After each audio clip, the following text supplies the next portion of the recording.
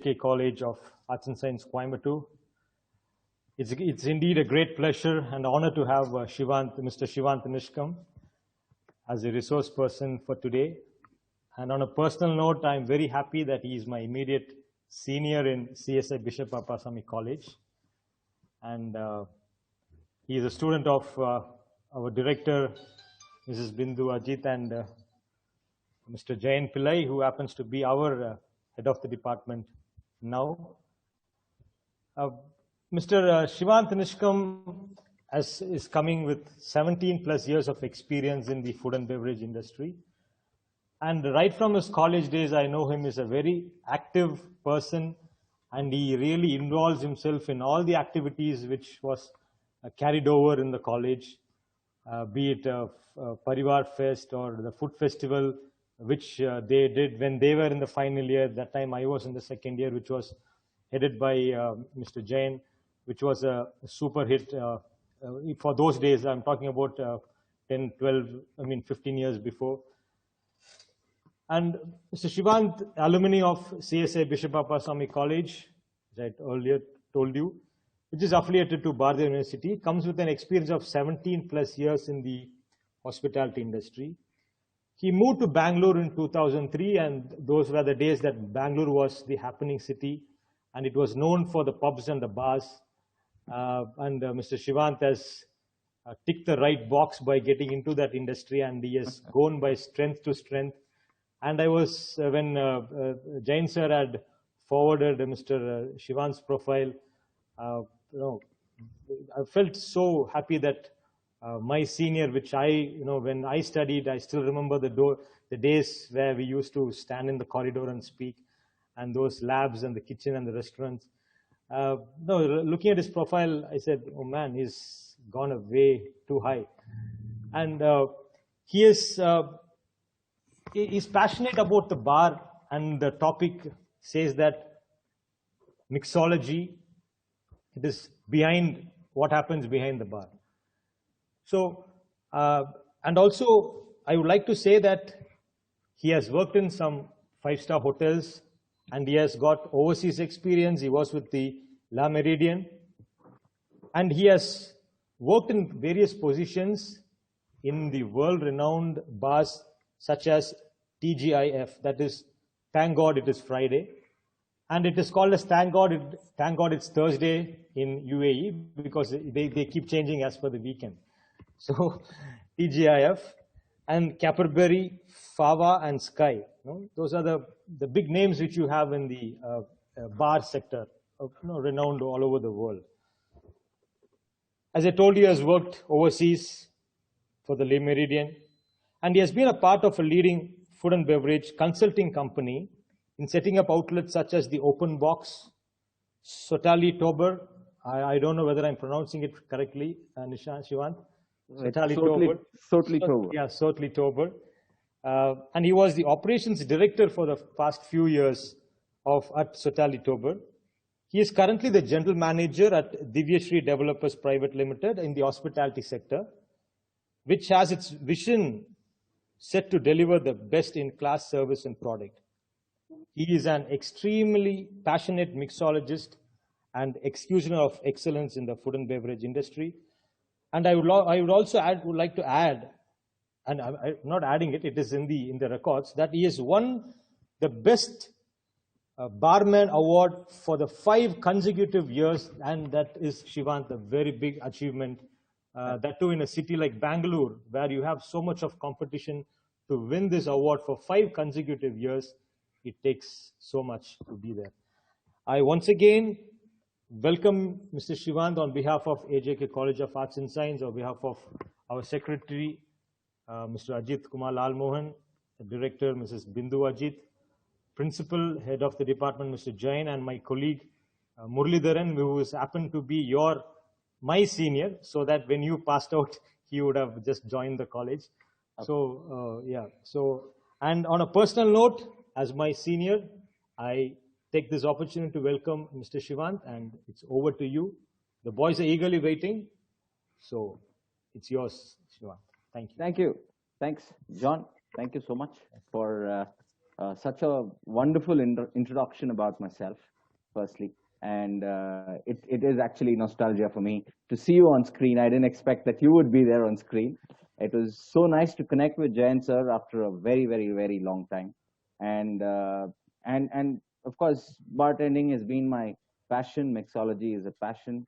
It's an art by itself. And to address this group of students who were there today, present in this call, I consider this as an honor because today in the industry we see multiple diverse people, and currently to address those diverse set of crowd who are stepping into their professional careers to be hoteliers or anything to do with hospitality or in any other industry as well. It's nice to address somebody like that, and that has also been one of my personal vision as well, that I should groom more and more professionals, and also make sure that the Indian bartending industry is evolving day by day. So over to the topic. I chose mixology because that's something that always intrigued me. It was the first time that Jayan sir had actually walked into my class, and he spoke about service. I always wanted to be a chef.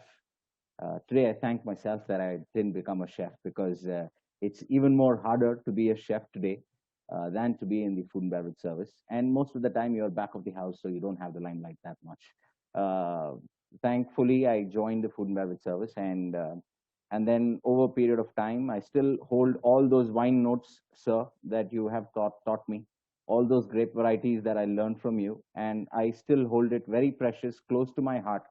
I went through my project that I did in college as well very recently, and then I happened to remember all of you, and it was such a great experience. So from there on, the journey to be a good food and beverage professional started off. I just wanted to be good, nothing more than that. The vision was, or the aim was, to probably become a food and beverage manager, and that was what was there most of the time that I wanted to do. But over a period of time, things kept evolving. I kept evolving. I kept learning more and more. But for all those learning, the basics are the most fundamental, is what I feel in whatever job that we do, be it food and beverage service, be it food and beverage kitchen, housekeeping, engineering, front office, and any ancillary department that you would choose. So without further ado, I would like to present to you guys very simple things. It's the basics of mixology. Now, you would hear this word mixology many times from my side, more than bartending, because bartending is according to me, is a very basic thing. Anybody could be a bartender, even a guy in a juice shop who's making mixed juices, or turning out just a basic orange juice or a pineapple juice, is a bartender for me, because he's working in a juice bar. But a mixologist is somebody who would find the balances between those ingredients and take you down memory lane as well. So over to a small presentation that I have, would take about 15 to 20 minutes. If you guys want to grab a pen, a pad, you're most welcome to do that. And since this is on recording, you can watch it again as well in the college. And do take down notes for few websites and few books that I would like to suggest to you guys. You could all find this on Kindle, on Amazon, or on any bookstore as well. All basic stuff. It's just an add-on on what you would ideally learn in your college. So over to my presentation, and let's start talking something about mixology, right? I put on presentation mode. Yep. So I call mixology as an art behind the bar. It's just not being behind the bar and turning out a whiskey or a beer or a glass of water, because anything that you give, you serve across the bar is bartending, according to me. So that's why I said a juice shop, a coffee shop, anything would have a bartender. But moving on, what is mixology? A mixology is our is not so complicated as you think that the word is. It's just mixology. It's science of mixology, according to me. So I just defined it a little bit. Mixology can be defined as the art and study of preparing, inventing, and serving mixed drinks, the so-called cocktails, the in-depth study of the craft of mixing drinks. People wanted to taste new things on the menu, different from the classic cocktails. And this is one part which made people to indulge in mixology as people who are bartenders, because bartenders ideally mixed probably a screwdriver, which is a basic vodka and orange juice, or a Bloody Mary, a spicy tomato and vodka cocktail, uh, or basic things like a mojito. Mojito is super basic, which you can make at home if you have some good white rum soda, mint and lemon, right? So, but mixology is a step ahead of it. It is evolving day by day. I have seen mixology evolve in the last 15 years in multiple folds. It's 10x or 100x from the time that I started bartending. I started bartending sometime way back in 2003, end of 2003, because I was a server before that, and then I was a barback. So the experience that the barback had given me is something that I carry till today. And that's why I know how to clean a drain, how to fix a bulb, how to fix a tap, how to fix a speed rail if it is broken, how to fix a mixie if it breaks. So all of those things is what taught me what it is to become a bartender. First of all, it's not just about mixing 4 5 ingredients together and putting in front of the guest. All of these things is what makes you a good bartender, right? Just a basic mixology, a difference between mixology and bartending. This is in my words, not necessarily the right things, but it's just in my words and how I feel about mixology. A mixologist is an individual with a passion for combining elixirs and creating extraordinary cocktails, whereas a bartender is an individual with a passion for making great drinks and creating well-balanced experiences. To be successful, you really need both types of pros behind the bar. And over the years, I have honed my skills to be both sides of the bar, being a bartender, because that's what I started off with. It was a passion, like I always told you guys. It's a passion of making great drinks, great cocktails. But over a period of time, it's about understanding those ingredients that go into every drink, be it salt, the amount of salt, different types of salt, or different levels of sugar syrup. 1:2, 1:1, 2:1, 3:1. So it can keep going on and on. And then different types of sugar that you would find out of sugar, and then the sugar that you find out of honey, maple syrup, and you can name many more out of that as well. Jaggery is currently the trend to go about in Indian bars. A lot of people have started following it. I proudly say I was one of the first ones to do it. So I'm happy that I started off a culture in the Indian bartending as well. And the next slide actually tells you what it is about, like what actually we're going to talk about today. It talks about attributes of a bartender. So this attributes that I speak is not just about a bartender, but about an F&B personnel, a kitchen person, a housekeeping person, a front office person, because this is what is basic in our field of hospitality. And I've like John mentioned, I worked outside as well. I worked overseas. Something that I didn't find largely in the hotels or in restaurants or in bars was that there was not hospitality. It was just business. It was food and beverage business. Yes, the money comes out of selling food and selling beverage, but without hospitality, people don't come back. We live or we work a lot to do with psychology, right? We have the same person who will come to our restaurant who's happy today, who's not so happy today, comes with a family today, comes alone day after, and then comes with his CEO or his owner of the company, and he behaves differently. We also have to treat him very differently. For that, these attributes are very, very important. The next topic we would speak about would be master your mixology, how to make it better. So to make it better, you need to know what are the bar tools that you require from basic, premium, and advanced. And following that would be a few books to follow, because I don't think 1 hour is good enough to speak about mixology, because you ask me to speak, then I'll start speaking today and I might not end, and I'll keep talking about it. And then there's bartenders to follow around the world. These are a few guys that I closely follow. I speak to them once in a while. I get to connect with them and learn more, because learning is something that has not stopped in the last as many years that I can remember that I've been in the industry. Yes, as an academic, I was pretty decent in college, is what I could call myself. I wouldn't call myself extraordinary. But over a period of time, to make myself that extraordinary, I'm still learning. And I still say that, to become extraordinary, you got to keep learning every step. So from there on goes to bars to follow. That's something that whoever wants to join the bars need to follow few exceptional bars around the world and in India as well. And a bar program and a work culture that I would like to put as a seed in your minds, because it's something that all outlets or all brands in India don't follow it. It is a huge part that is being followed internationally, and I'd like to leave that seed out. And when you guys come up to work, it'll be nice to know that you would always want to be a part of bar program and the work culture that you could follow. And then let's get into some amount of group interaction. Anybody wants to ask me a question, you're more than welcome to ask me a question.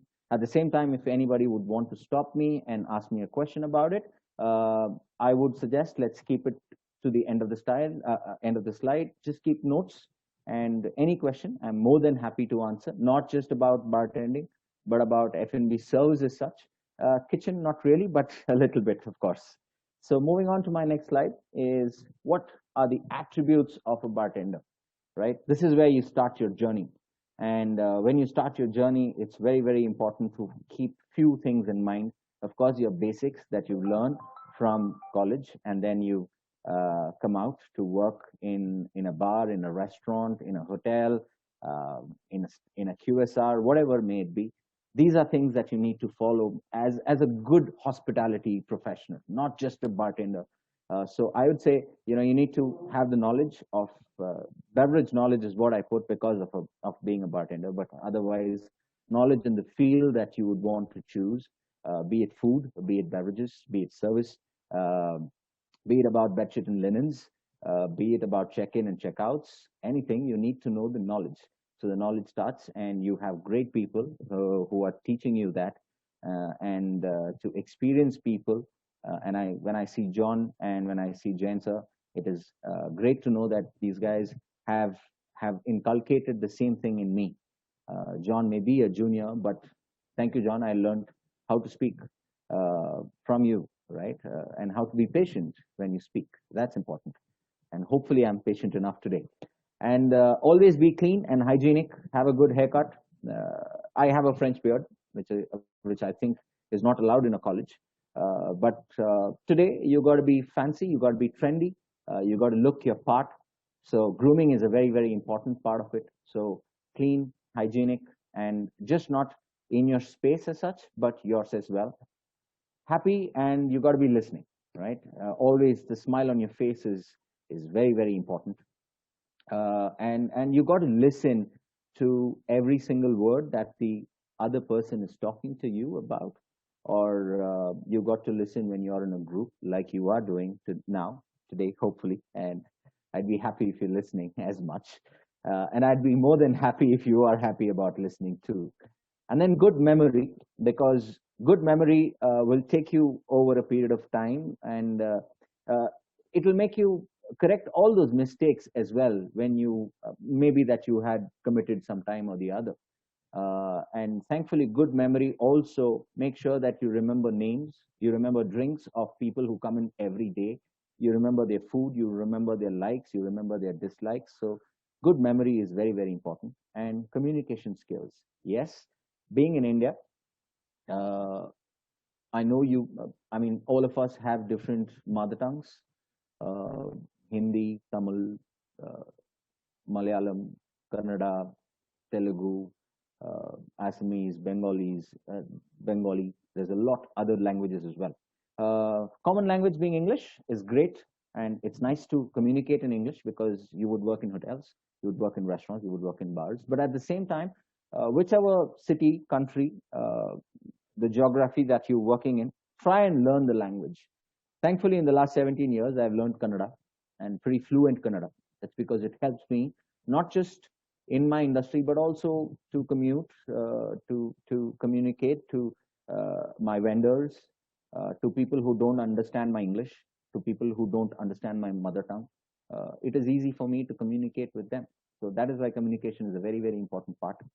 Eye for detail, everything, every single bit, every step that you take, just not in your outlet. Like when you walk into your classroom, from a duster to a chalk piece, to your presenting, a projector, the screen, your desk, your book, your pen, your pencil, all of that is eye for detail. And if you have the eye for detail today, trust me, you will have greater eye for detail when you walk into work into a great organization in the future. And the last two things that I missed out, or I deliberately missed out, was customer service and sense of urgency. Customer service starts with all of the points that I spoke to you about. But sense of urgency will only speak when you put yourself in that shoe, right? Empathy is a very, very important part. Empathy is being in somebody else's shoe and understanding what it is important at that moment of time for that person. For somebody, a glass of water is important. For somebody, a fork is important. For somebody, a knife is important while they're sitting on a table because it's missing on the table. So that sense of urgency to deliver at the right time is what, and with all the other attributes, is what is all about customer service. And always, don't forget to smile. Smile is the most important part. If you don't smile, you'd not be making others to smile or the person in front of you to smile. You need to smile first. And it has to be a very genuine smile from your heart and not just fake it. Because the moment you fake it, the entire detailing of being a good attribute of being a good F&B professional goes out of the window. So have a very genuine smile. You might have the most difficult day at office, the most difficult day at home, the most difficult day that you traveled. It doesn't matter. The moment you put on your uniform, the moment you take out a scribbling pad to scribble your order, and the moment you step into your outlet, the first thing that you need to remember is your smile. So don't forget to smile. And that's all are important attributes, not just for a bartender, but for every F&B professional as such. And this is something that I follow even today. And that's why I'm here talking to you guys, addressing you guys. And moving on to the next slide is upgrade yourself from a bartender to a mixologist, right?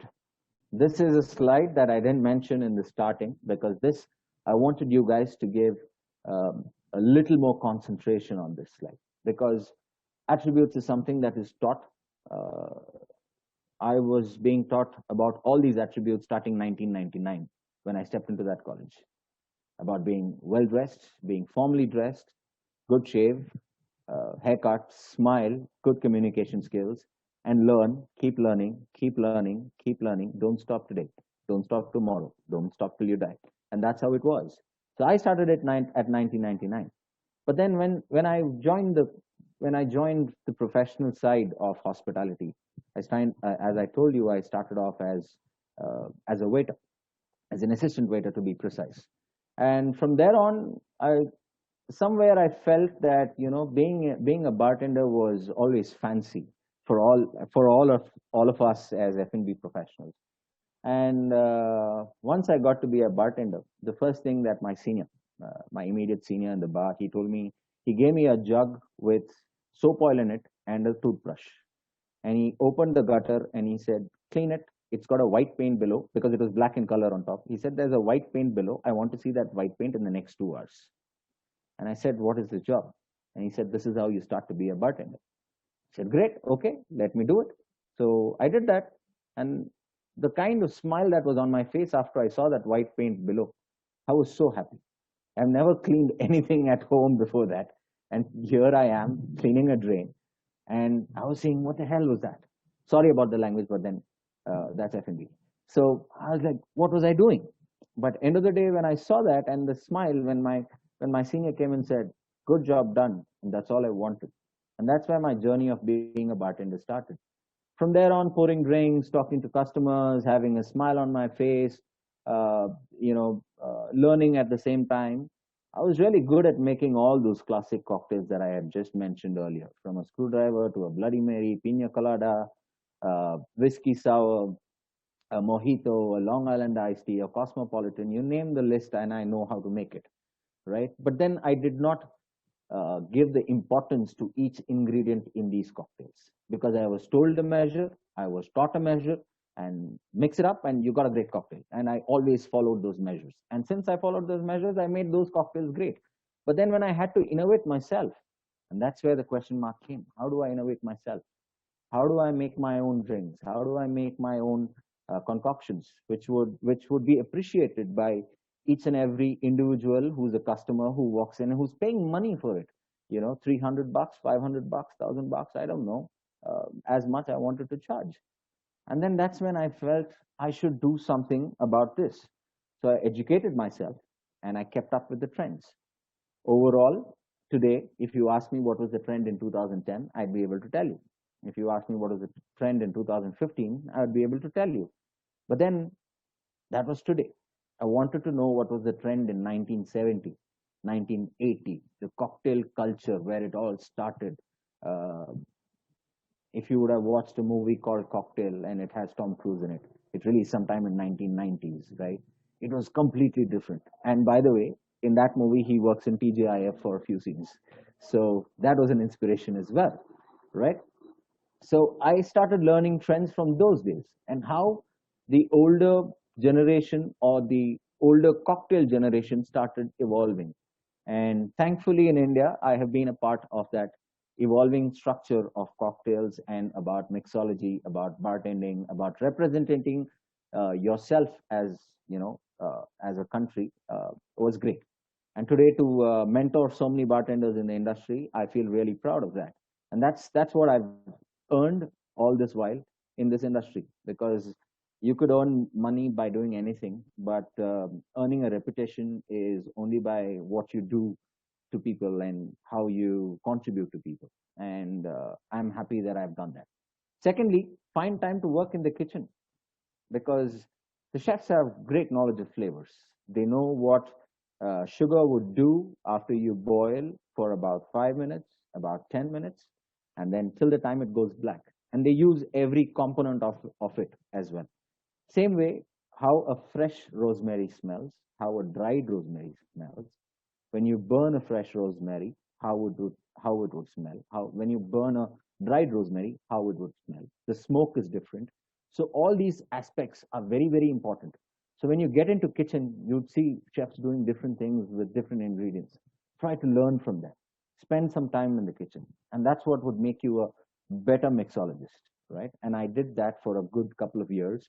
I worked in I happened to, since I worked in Le Méridien Hotel, I also happened to work in this molecular gastronomy restaurant. And when I worked in that restaurant, I also got to know the molecular elements of each ingredient that was used in that restaurant, was used in that mixology, from vanilla pods to sugar to salt to mint leaves. There were a lot of things that I learned from there, right? And thirdly, practice mise en place. Mise en place is extremely important. If you're not ready, if your station is not ready, then you cannot make even a glass of water, right? You need to know if you have chilled water at bar, if you have hot water at bar, if you have room temperature bottle water in the bar. And so these are very, very important, right? So when I talk about bar, then you must know how much it is important to keep the rest of the ingredients ready, be it the fresh ingredients, purees, tinctures, bitters, and all of you would know Angostura bitter. That's the most common, easily available bitter in the market. But then learn about making those bitters in house. Today, I'm happy that I know how to make my syrups. Are very simple, very easy to make. You can make it at home. Tomorrow you want to make a nice fresh lime for your friends who are visiting home, you could make it at home. You can make a nice lime and sugar, not just a cordial, but a syrup as such, a lemon syrup. Lemon is expensive, but then you could work on a syrup, put it in the fridge, and you could use it for maybe 6 months, 1 year, depends upon the shelf life of each ingredient and what's the kind of base raw material that you're using. Tinctures are the same, a little more complex, longer shelf life, mostly alcohol based. Bitters are alcohol and water based, and different types of waters. All right, fresh water, water that can be frozen, water that can be frozen instantly, and there are so many other techniques that you could use to make all of this. Thirdly, use a jigger and also learn to free pour. All of us look at different juggling videos and we say, oh, I can pour a drink like this into a tin, into a glass, but it's always suggested and best used is to use a jigger.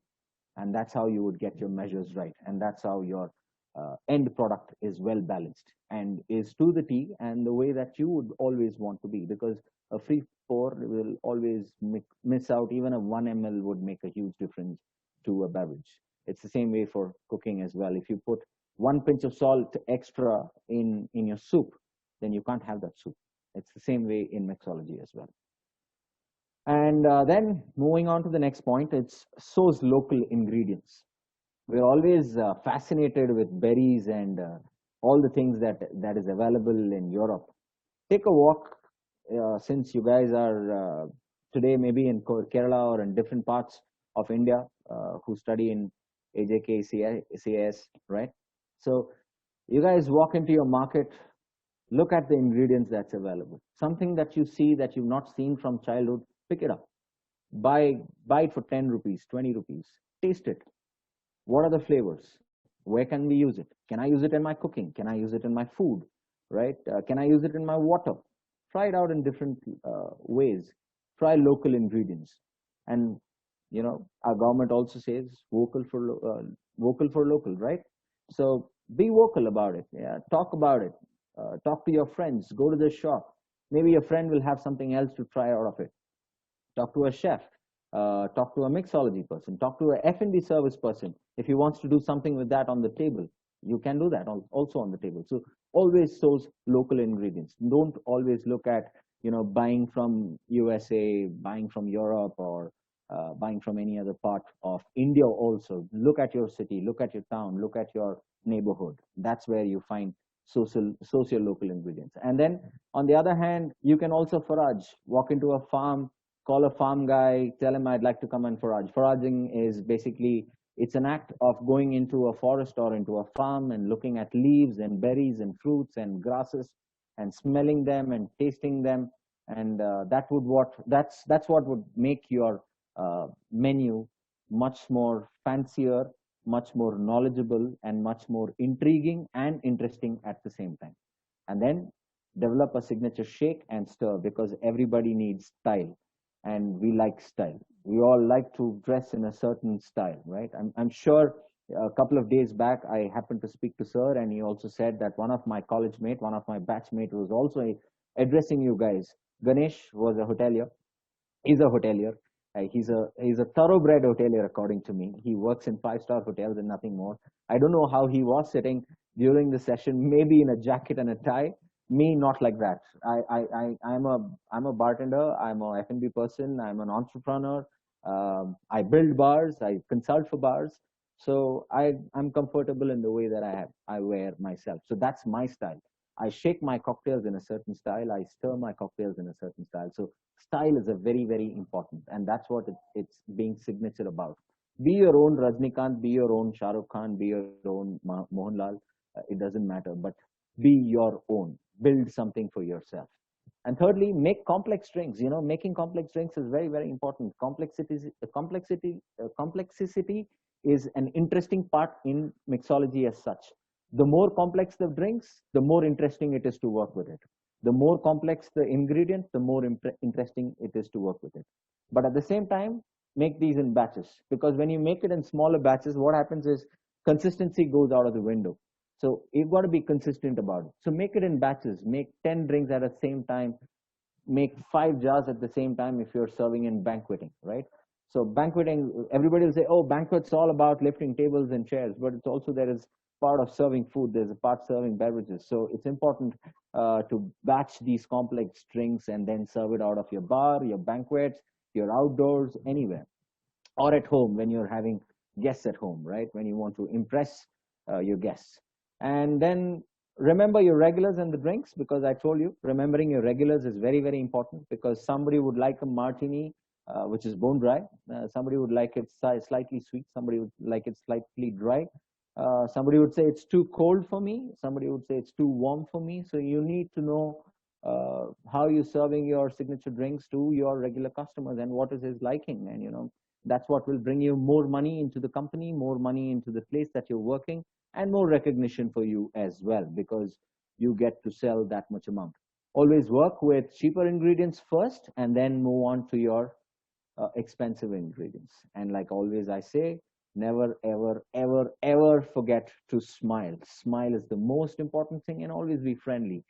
Be chatty about it. And I think I spoke for the last 20 minutes and I've not stopped at all. And I can be chatty more, because this is what my industry taught me. This is what bartending taught me. And slowly, over a period of time, mixology taught me about speaking about my drinks, speaking about ingredients, speaking about techniques to your guest. Sell your drinks.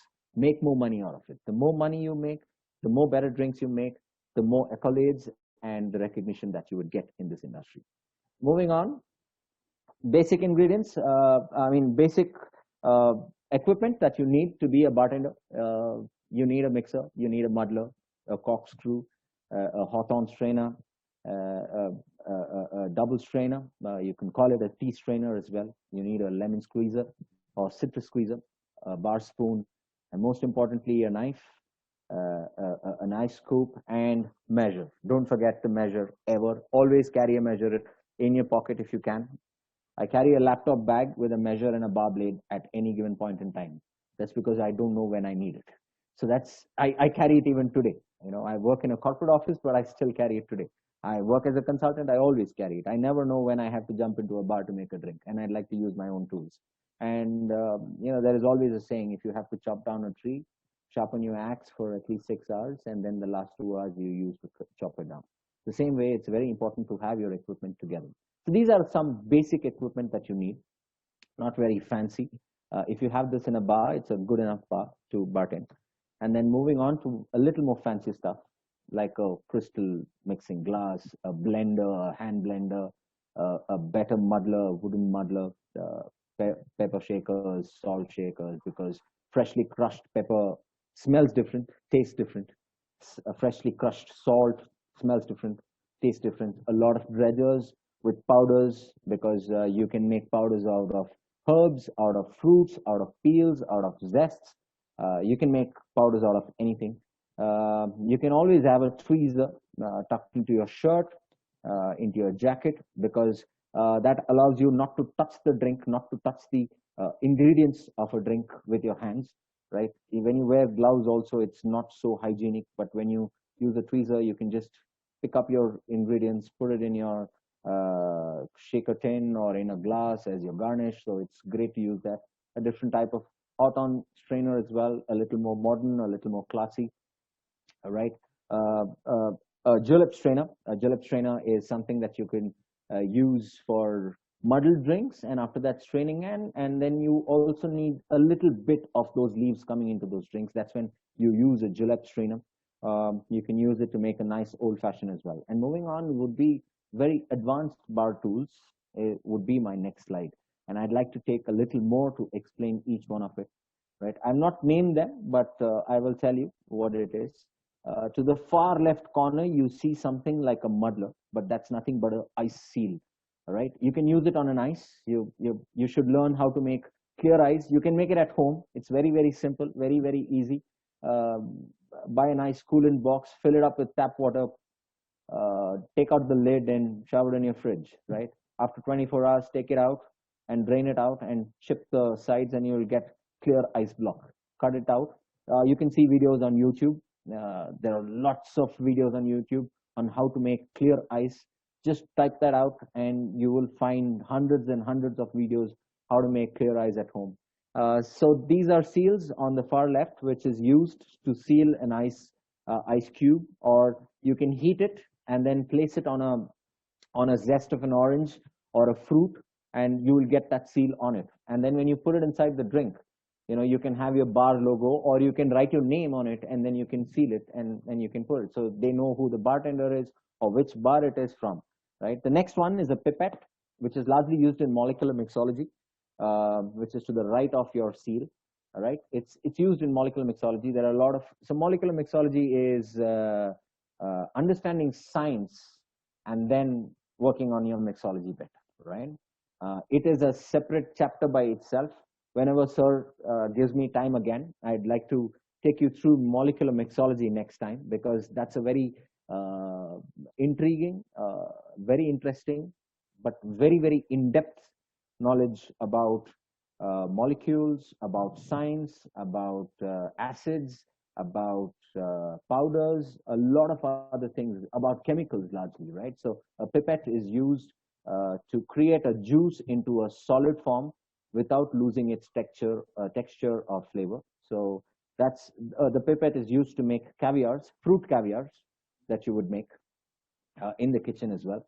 The third one is a cold press juicer, and this is a tabletop cold press juicer. It's very important to use a cold press juicer because it keeps the raw ingredient intact, right? What you get in a real juice or a Tropicana juice, packed juice, is sugar added, and or when you blend juice in a mixer, you would get some of those flavors of those plastic as well, which is not great in a cocktail especially. So for a mixologist, it's very important to use nice cold pressed juice. Yes, it is expensive, but you're going to charge a cocktail at about $850, $900. So you're going to make a lot of money for the bar as well when you become a great mixologist. The fourth one, I'll have to tell you, it's a science apparatus, right? It's called a rotovap, and this is something. Say you take a Campari, which is red in color, you put it in this, and then you heat it up on one side, and you just get the fumes on the other side. The fume would have the flavors of a Campari, but would be clear, and just make a clear Negroni out of it. People would say, where is the Campari? I can't see the Campari. It's not red in color, but when you taste it, it's just going to taste as good as a Negroni that you would taste with a regular Campari as well. So it allows you to take out the flavors through steam, through fumes, through liquid, many other art forms as well. You can use cheese, right? Cheese is something that you normally wouldn't use in a mixology, but then you take the whole cheese, you put it in a rotovap, and then you get only the flavors of cheese in your drink. Now imagine you're drinking a creamy drink and you get cheese in your mouth, and that's how it is. It's very intriguing in that way, right? And my mouth waters when I talk about cheese, because that's how the drink sounds as well.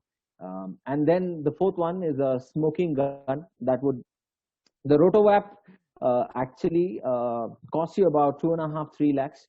You need a chemically certified certificate for that, which you need to go to an FSSAI and then procure it. It is an expensive tool, but it's a very effective tool to be used in mixology. It is widely used worldwide, but in India, there are few limitations to use.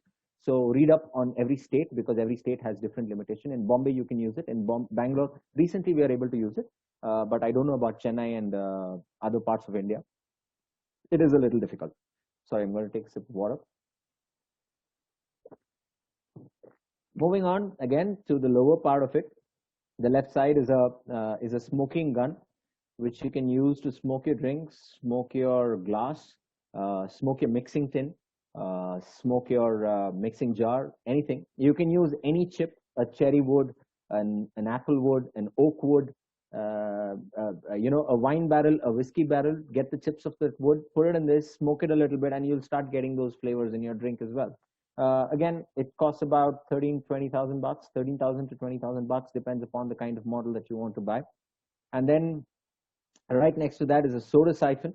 You can make sodas with different flavors, with different acids, with different waters, and this siphon works great with CO2 or with NO2. NO2 would give you smaller bubbles, CO2 would give you larger bubbles. Sorry if I'm going fast, but then I think there's time constraint as well, but I'd like to explain this one by one. And then moving on to the right hand side is a creamer. It's again a CO2 or an NO2 creamer. You use it in the kitchen largely, but then mixology started using it. You can get an unusual ingredient like, for example, a jasmine flavored whiskey in about 25 minutes made in your bar. And that's as easy as it is to use that. A guy called Dave Arnold, who is pioneer in molecular mixology, and his name is Dave Arnold, right? He taught this to the world, and it was really eye opener for all of us. And then we started making different flavors just at home. Taking out an expensive whiskey like a Glenfiddich 21-year-old, which costs you a lakh and above, and take that out and put some jasmine out of it, and then blend it together. Charge it together with NO2 or CO2, and then you get bubbling Glenfiddich 21 with jasmine flavors in it, which was very, very intriguing, right? So something like that is going to be great.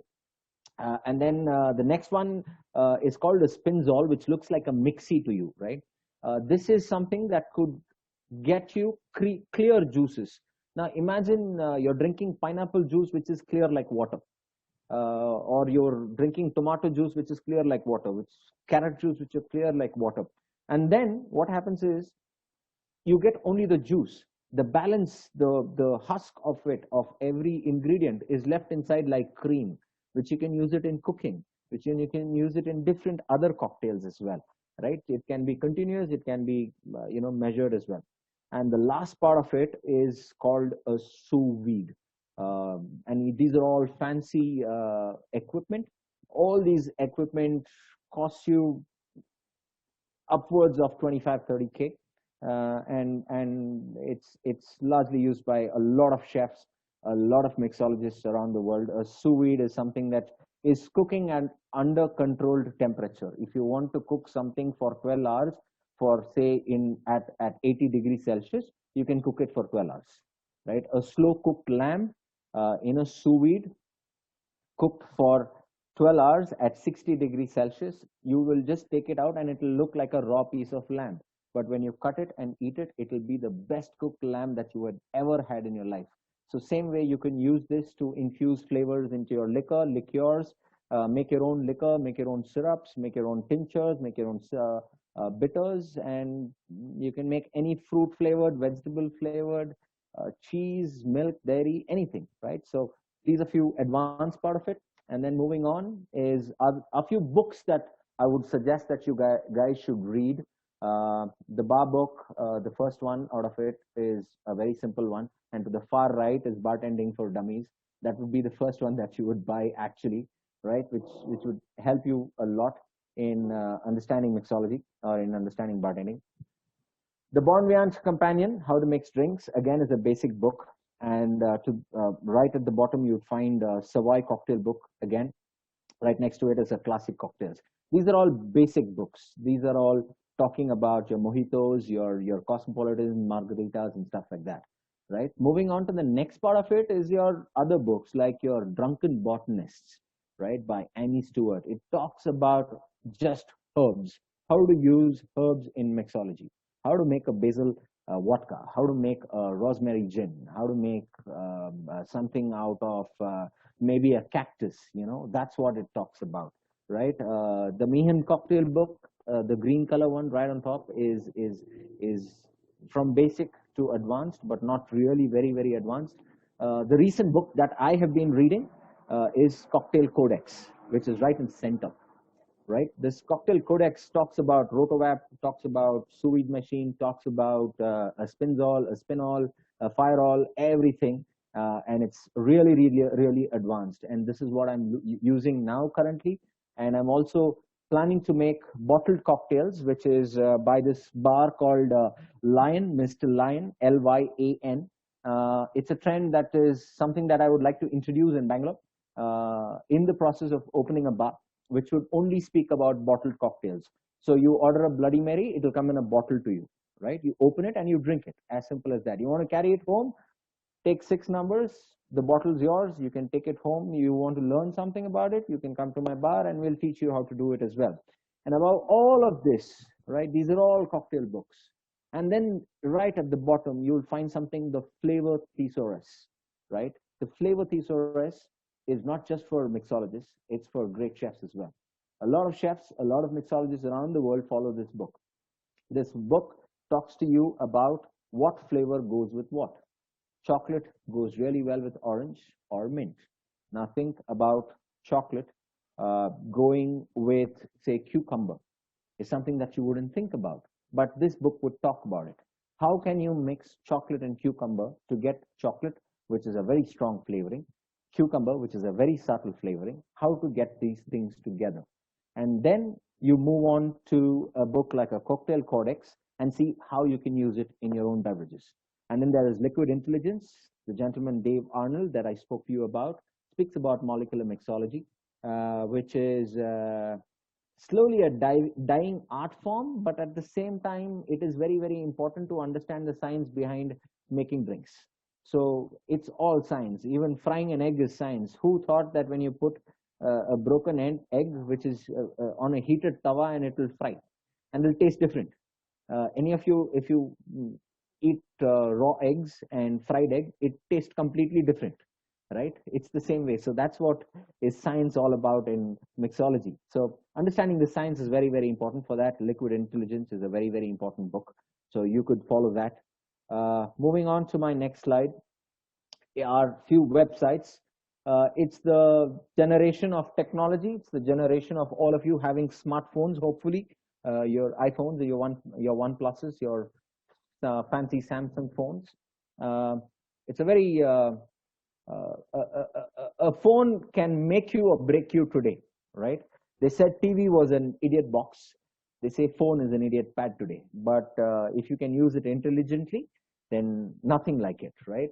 So these are few websites that you could follow, and this will talk everything from basics to cocktails to bartending to attributes to science, anything under the world, under the roof about mixology, right? So you could note these down, or you could take a photograph if you have your phone right next to you. You can take a screenshot as well if you'd want to, and then you can use it.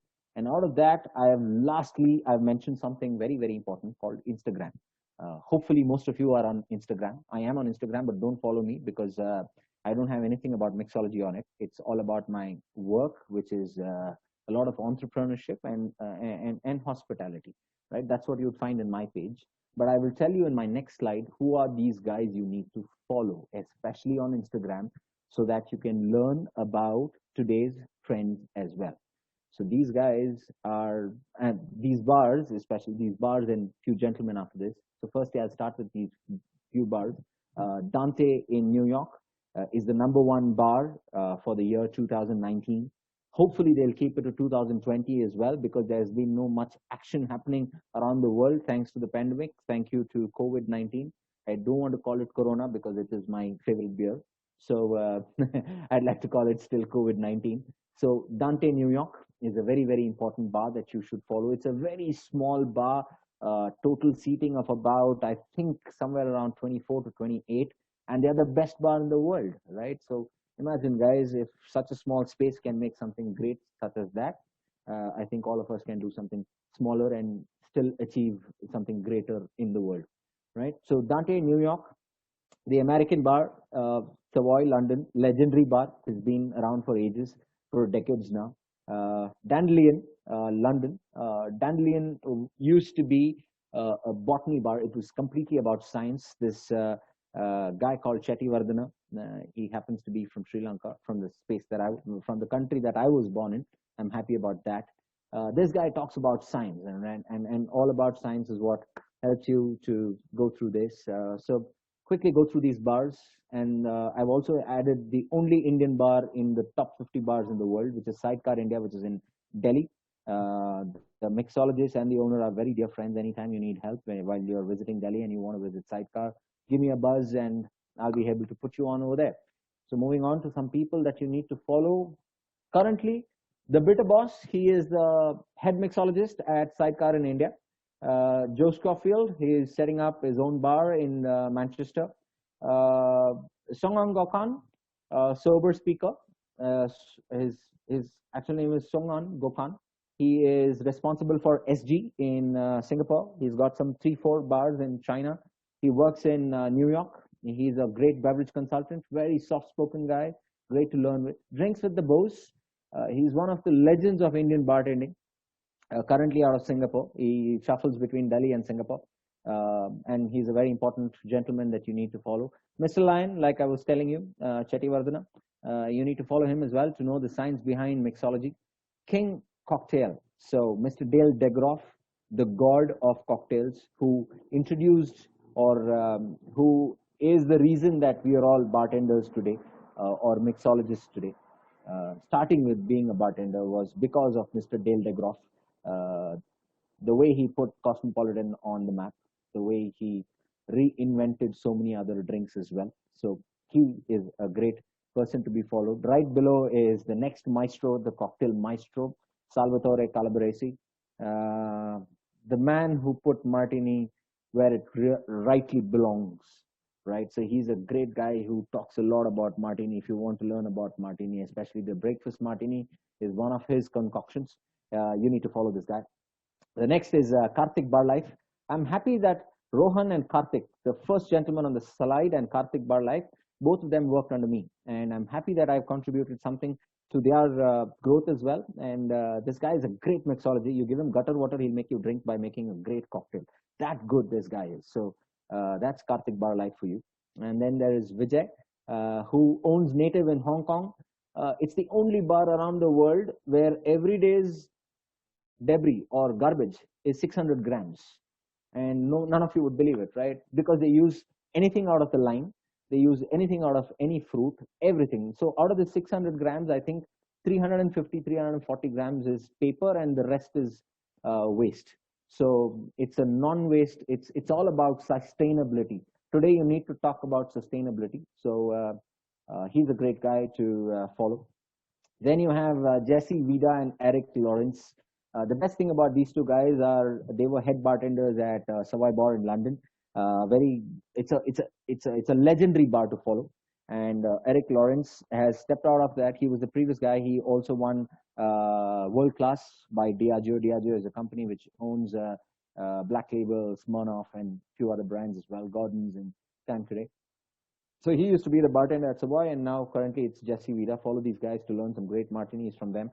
About olives, about caperberries, about some good green berries. And then you have Steve Schneider, who's called Mighty Schneider, right? He represents a bar in Singapore, which is called Employees Only, a bar which is again about 30 covers, does phenomenally well, great cocktails. They dish out every cocktail in less than 30 seconds. And that's the speciality of Employees Only. And that's the speciality because their mise en place is in place, mise en scene is in place, and they operate for just 6 to 7 hours in a night. So most of these guys are very important to follow. You will find their trends really, really fascinating. Their stories really fascinating. And you need to always have a bar program. Quickly touch base on this. I think we're running out of time, but then I'd like to touch base on this. Divide your jobs evenly for perfect balance. Always help a friend in need. Train together to grow. Adapt to current trends. Always know the current trends. Follow people, learn from them, and also teach. And that should be the policy, right? So it's very important to do this as a bar program, not just bar program. It can be a kitchen program, chef program, anything.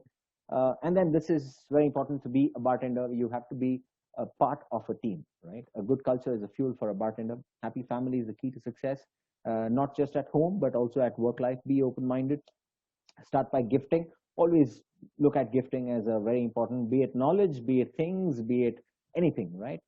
First the bar, then the team, then comes you. So you come last, right? So always empathy is very, very important. Good listener, like I always told, hard work will always pay you off. And, you know, always be a team player. Integrity, honesty is something that you need to hold close to your heart and celebrate every occasion. Work together as a team, create equality around in the team, and that's what would make you a great, great bartender. And from there, you would become an even better mixologist. And now, questions, and the following are things you may or may not ask. a lot of things would be taught in college, and that comes to the conclusion. And if you have any questions, you are more than welcome to ask me. Yeah, Shivanth, they would be putting the questions in the Q&A box. Oh, okay. Yeah, because they cannot interact. So there's a question already there. I'm not able to see it. One second. Let me just. What do you enjoy most about being a bartender is the question. Meeting people. Very simple. Like how I'm meeting you today, guys. It's. Oh, sorry. Am I still screen sharing? Yeah. You're still sharing a screen. One second. I'll stop sharing.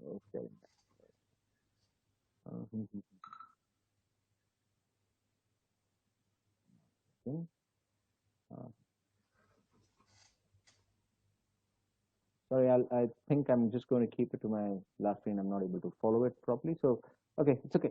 Let that be there. So, the question was, sorry, John.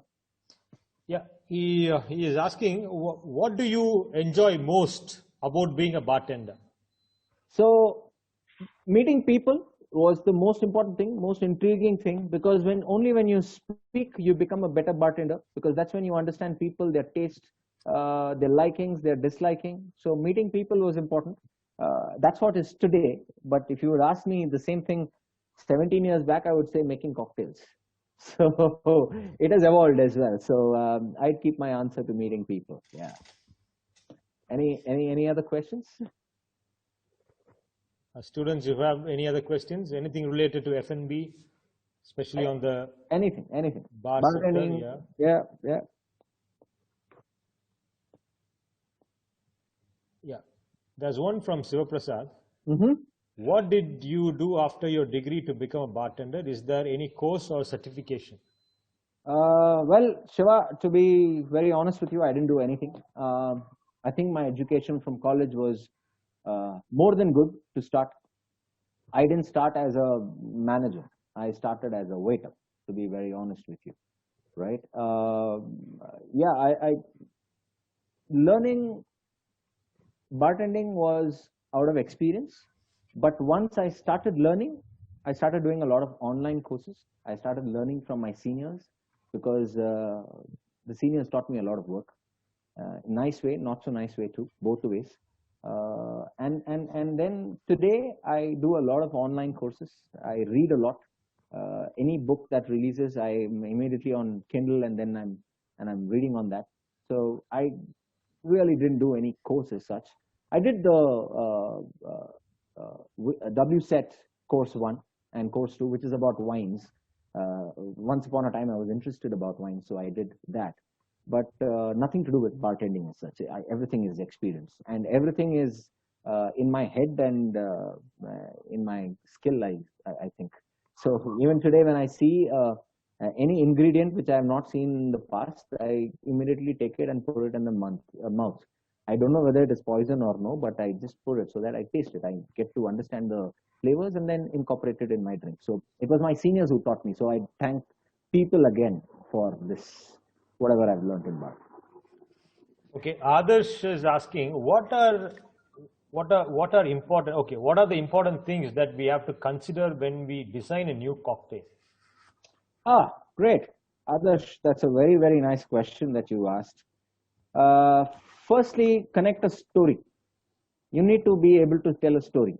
If you're not able to tell a story about your drink, you'll never be able to make a great drink. So think about what you want to speak. You might want to speak about yourself.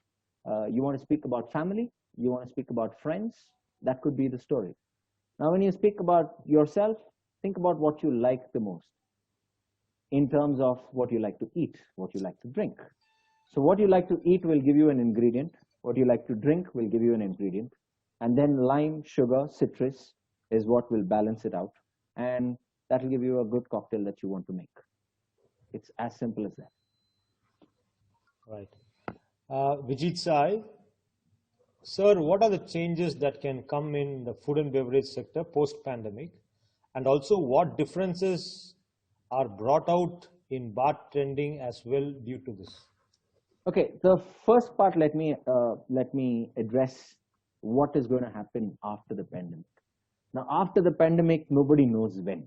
I don't know when. If I may ask our honorable PM, he might not know when, right? I can just say God knows, right? So after the pandemic is a question for the future, but I will say what is during the pandemic, because we are in a pandemic and we have opened our markets back again. It's important to be safe. It is important to practice safety at any given point in time.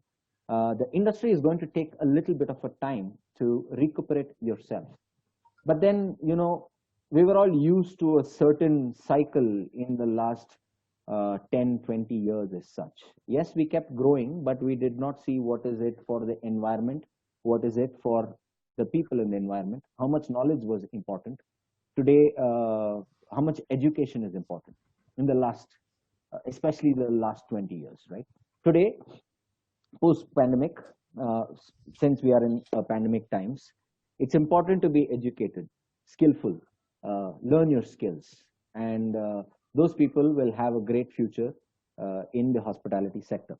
Today, if you know 80% of your whatever is being taught to you, try to make it 110. 100 of what is being taught, 10 of what you want to learn yourself. And when you come back to the industry at that time, it is going to be much more easier to hire any pursuing individual who would want to become a hospitality professional in the future. So it is going to be a challenge, but this challenge can be handled the same way that you handled your home. Keep it clean when you have guests. Be safe. I don't think people are going to sit in the bar for some time, but get out of the bar, walk up to the table, take your own drink order, make your own drink order, go out more to the tables, and that's what is going to happen to the bartending industry as such. What was the second part of the question, John? And also, what difference brought out in bartending as well due to this? So as I said, bartending, of course, safety will be always followed. Like I said, using tweezers, using gloves, personal safety will be followed. Yes, we will start wearing masks. Hopefully, we are allowed to wear a visor, and that would be good enough so that they can see our face. Because when we cover our mouth with our mask, we don't know whether we are smiling or we are frowning. So hopefully that happens. But on the other hand, safety is very, very important, or clear masks should be introduced somewhere soon. Some designer should find it. So we're going to be staying away a little bit. I mean, guests are going to be staying away a little bit from standing at the bar and ordering drinks. But that gives you all the freedom to go out and take orders from the table. And that's what I've encouraged bartenders as well, whomever I'm talking to today. And they're also learning that they need to get very safe ingredients inside their bar.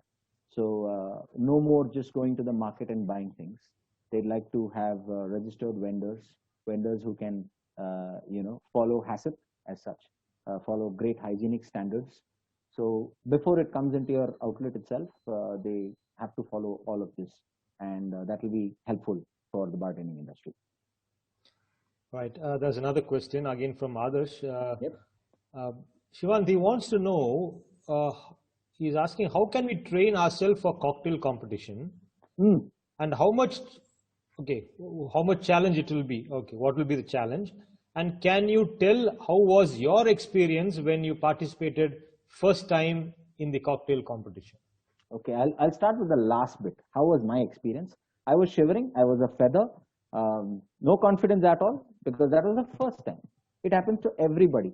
So then the second time, so then how to get inside a competition? Because the first time I got into a competition was just like, some liquor guy came and said, represent one bartender. I didn't have a senior to do that. I just went and represented myself. I was really a feather. I didn't know what I was talking. Today I'm addressing, 50 people on the call, John? Is it 50 people? Yeah. Almost there, yes. Yeah, so I'm addressing that many number of people today, and trust me, today you put me on a stage and ask me to make drinks. Even if there are 1,000 people, I can make it. It is a competition or not a competition, because at that time I go into myself. I say all the people who are in front of me are here to watch me. I am the movie. I am the star. I make my own story. My cocktail is the product, and that is what my story will represent. So I become very comfortable about it. I become my own Rajnikant. I become my own Shah Rukh Khan. Now you tell me, you still go and watch a movie of Shah Rukh Khan. It might be a bad movie, but he's acted in it. You paid money. It's the same way in a competition. It is your competition. It is you. You're representing yourself. It is you who are your own brand. Just go without thinking about the 1,000 people in front of you, thinking what they will think. If that is the case, then none of the movie stars will make the second movie. In the first movie only, they'll say, okay, enough, boss. That was enough pressure. So don't worry about what the world is thinking about you, how your cocktail is. You know your cocktail is great. Just go and deliver it. And coming to your cocktail, he asked that question also, right, John? Yes, how yes, to yes. make a competition worth cocktail. To make a competition worth cocktail, keep it simple. That's the only line that I can tell you. Keep it very, very simple. Don't complicate too many things. Always think that if I'm able to make it in this competition, will somebody sitting in Sweden or in New York or in Japan or in Australia watch my video on YouTube and make it at home? It's as simple as that. Think about all those ingredients that will be available all around the world. Make a simple thing. Keep it very, very, very simple. But when it comes to a bar menu, make it as complex as possible because you want to be spoken about. But when it comes to a cocktail, you're there to only win it. They're not judging you only on that cocktail. They're just going to judge you on how you present it. And from thankfully, because of these number of years in the industry, I stopped participating in cocktail competition way back in 2009. I think 2008 or 2009 was my last cocktail competition that I went to.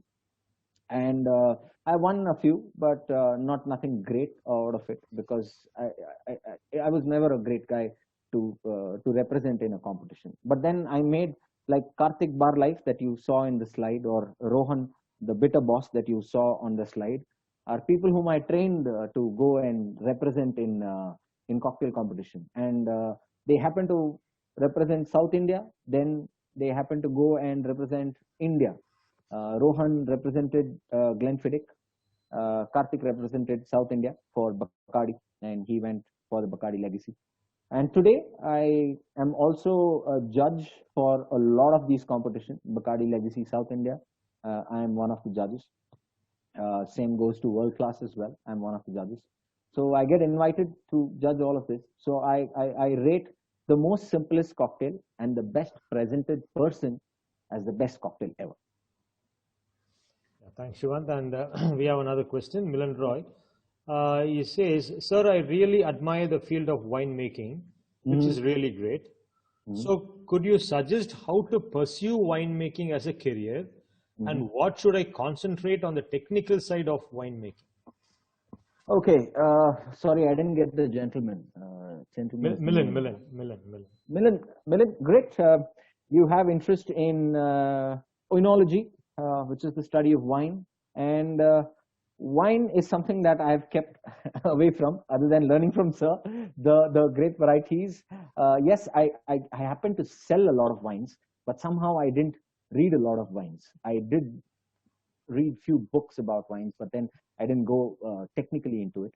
But if you want to be a winemaker or to become a technical person in the wine, I would suggest to do your training in or take your off time and do some amount of work in one of the wineries in India, especially somewhere around Bangalore, because it's closer to the city as well, to the place where you are from, hopefully. So you can try in a growers. You need any help, I can put you on to some people over there. I wouldn't be the right person to suggest you the right path over there. If you ask me about bartending, I'm more than happy, or mixology, I'm more than happy. But oenology is a different study altogether, because it may be a part of the world of the beverages, but on another, wine is on another world altogether. It is an atlas of its own self. And to learn wines, you need a lot of patience. And don't eat spicy food, by the way. Don't eat spicy food. No spicy food, less salt, because you need to have your and if you have any other habits, try and quit those habits as well, because they puncture your taste buds in your tongue. So it's very, very important to keep your taste buds intact to get into the world of wines. So, like I said, if you need any help with any of the vineyards, I would be happy to put you through. Try and visit all of these vineyards. There are many vineyards in Nasik. Nashik has got Sula, has got a few others as well. Bangalore's got great vineyards as well, and all of these guys have tours. Try and go on those tours. Then you get to meet more people, and once you get to meet these more people, then you would gain more knowledge about wines and how to go about the study of wines as such. I hope I've addressed his question. Yeah, I'm yes, sorry I'm not able to go more further about wines as such. Yeah, Shivanth. Yeah, you had. Yeah, one final question from my side. Shivanth, basically, I think it will be in everyone's mind. The myth outside is you cannot mix two drinks together. That is, you can't, if you're tripping on brandy, you can't bring in rum in between. If you're tripping on whiskey, you can't get into brandy. Beer and rum doesn't go together. So, is it true, or is it the chemistry doesn't work like that? And what it is, because you're an expert in that. So it's very simple. It's the biology of every individual person. It's the chemistry that is running inside their every system, right? Some people would start off with a rum or with a whiskey, and then they move on to something else, and then they have a bad hangover. It might be because the food that they consume, just not the alcohol. It can be the cognizance that was different in different alcohol. It could be that their body didn't suit that. I'm a kind of a person who goes to a bar and starts off with a beer, and then I would have a cocktail, and then I would have a whiskey, and by the end of the night, I might be holding a glass of wine. And that absolutely is fine for me when I wake up in the morning, and I'm fresh as always, right? Fresh as a feather. But at the same time, some people like to stick to a certain brand because they're used to it. They like to, I know so many number of guests of mine who are ardent followers of Johnnie Walker Black Label. You give them the best of single malt, they will still say, no, give my Black Label, and I will drink only a Black Label. I know people who walked out of my bar because Black Label was not available. So there are fanatics like that. But on an overall, to address, there is nothing wrong in switching your drinks during the day or during a certain session of consuming alcohol. But at the same time, it depends upon every person's body biology, body chemistry, how the acids react in your stomach, what you had as food, what you had later or pre-drinks, post-drinks, meal matter a lot. Lining your stomach matter a lot. What is the concoctions matter a lot. The amount of sugar that you consume matters the most when it comes to hangover, because sugar converts to alcohol, right? As basic study, the more sugar and alcohol you put into your system, the sugar that you put into your system and the alcohol reacts together, converts into more alcohol, and that's why you get dizzy much faster when you have sweeter drinks. And that could lead to a bad hangover, sometimes poisoning too. So I would stay away from sweeter drinks. Try and use natural sugars. That's better.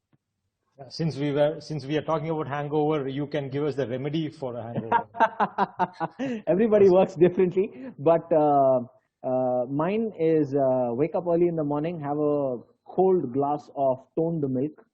That helps me quite a lot.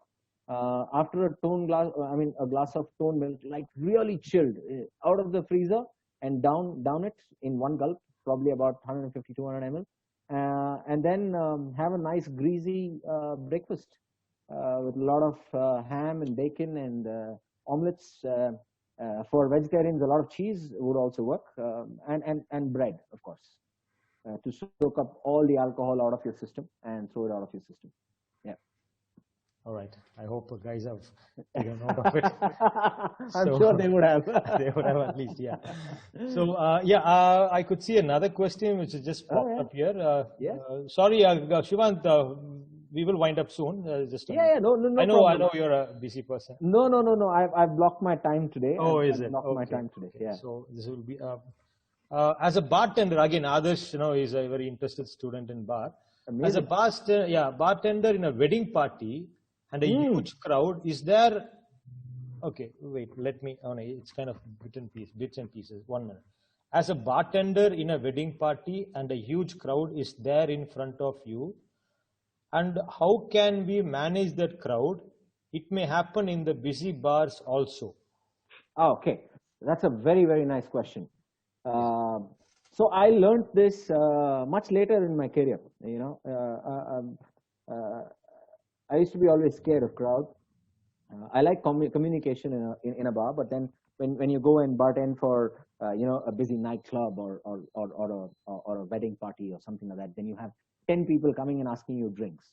So at that point in time, you need to manage your bar in certain way that you need to communicate with all your guests. You need to say, I am going to start serving from my left to right or from my right to left, whichever is comfortable according to your habit.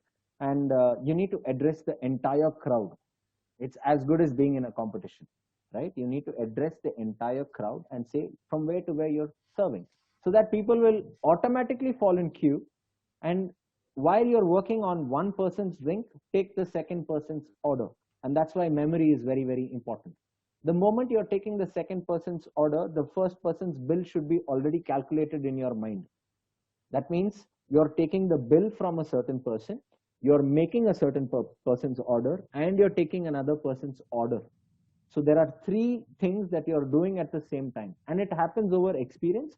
But when you go to weddings and marriages, always put a smile on your face, never say no, and always tell them, I will be back in 30 seconds with you. I will be with you in 1 minute. Give them a time frame. If you tell them, I'm going to be there in a second gets over like that, right? So never say, I will be back in 5 seconds, 2 seconds. No. Tell them, I will be back with you in a minute. I will be back with you in 30 seconds.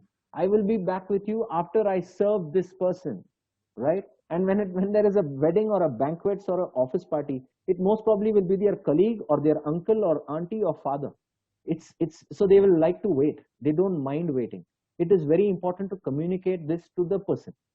If I can tell you, John, give me 30 seconds. I want to have a sip of water, right? You will wait for 30 seconds now also. But without telling you, if I take that 30 seconds, you will always ask me, hello, Shivanth, are you online, right? So it's as simple as that. It's communication is the first and foremost important thing to note while you are addressing a large crowd, and always communicating, saying that I will come in a certain time frame, and working on 3 or 4 things at the same time. Multitasking is a very, very important thing. And if there are girls on this call, girls, you're the best to be bartenders because you're brilliant multitaskers. Yeah. Right. Thanks, Shivanth. Students, hope we have done for the Q&A. So, sir, over to Jain, sir. Share his view on this session. Present for this wonderful session. Thank you, sir. It's really with immense pleasure I just take up this opportunity to deliver the word of thanks. First of all, I thank the resource person, Shivanth.